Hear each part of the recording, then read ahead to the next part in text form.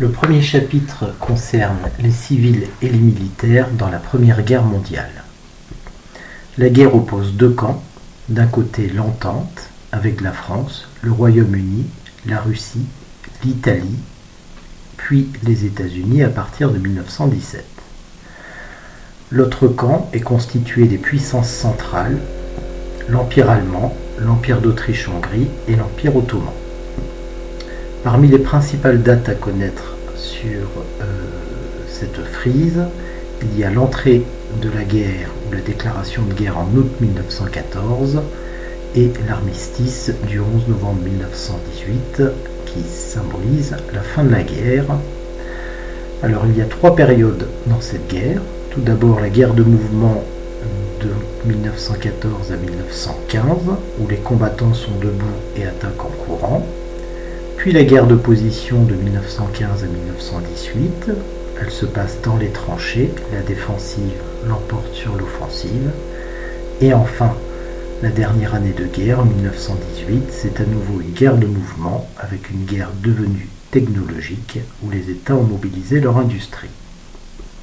Parmi les autres dates à connaître sur cette frise, il y a le génocide des Arméniens de mars à octobre 1915, la bataille de Verdun en février jusqu'en décembre 1916, puis les révolutions d'octobre et de février tout d'abord 1917, et enfin l'entrée en guerre des États-Unis en avril 1917.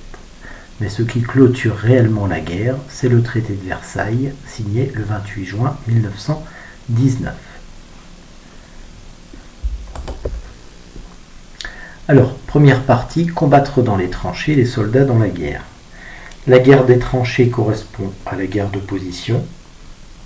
La bataille de Verdun a duré 300 jours, de février à décembre 1916, et a été marquée par l'acharnement des deux camps, qui se voit par le nombre d'obus tirés, 37 millions, et par le nombre de morts, 300 000.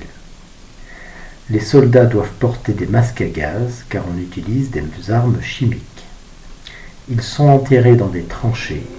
Les tranchées allemandes et françaises sont séparées par un no man's land. La guerre est devenue industrielle du fait de l'importance de l'artillerie. La violence des combats. Les combattants endurent des violences physiques et psychologiques, la peur, la mort présente partout.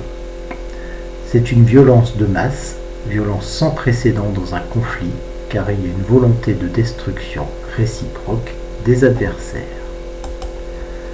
Deuxième partie, les civils dans la guerre. Avec la mobilisation des civils. Chaque État s'engage dans une guerre totale, car toutes les ressources de l'État et toutes les catégories de population sont mobilisées en vue de la victoire. Les femmes remplacent les hommes dans les usines et dans les champs.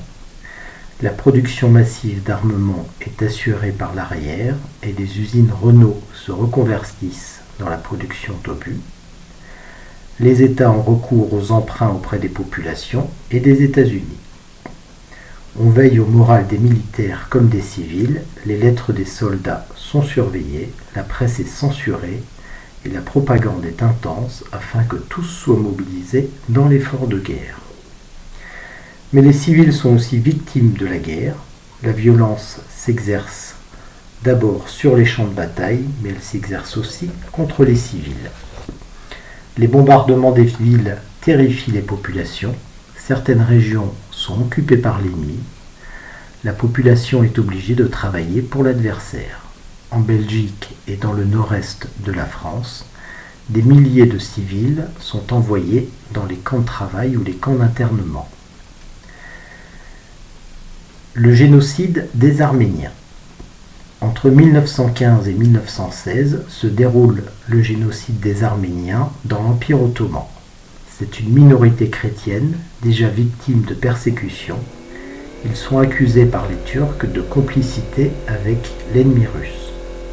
Plus d'1 million d'Arméniens sont déportés, internés dans des camps et exécutés. Troisième partie, la Russie en révolution. La Russie est un pays en crise, l'État est archaïque, les problèmes de ravitaillement sont énormes, la situation est difficile dans les villes. En février 1917, l'État tsariste est renversé. Les bolcheviks prennent le pouvoir en octobre 1917 et leur chef Lénine signe un traité de paix avec l'Allemagne en mars 1918. Ils instaurent une dictature pour construire un régime communiste. Quatrième partie, l'Europe transformée par la guerre. Il y a des modifications au détriment des États vaincus, disparition des empires centraux, création de nombreux États, ils correspondent souvent aux anciennes minorités, Pologne, Roumanie. La France récupère l'Alsace et la Lorraine. L'Allemagne est démembrée par le traité de Versailles et perd des régions à l'est et à l'ouest. Ainsi, le traité de Versailles n'épargne pas le territoire allemand, perte d'environ 10 000 km². L'Allemagne est un État écrasé par le traité de Versailles qui doit payer de lourdes conséquences et de lourdes réparations. C'est la paix des vainqueurs.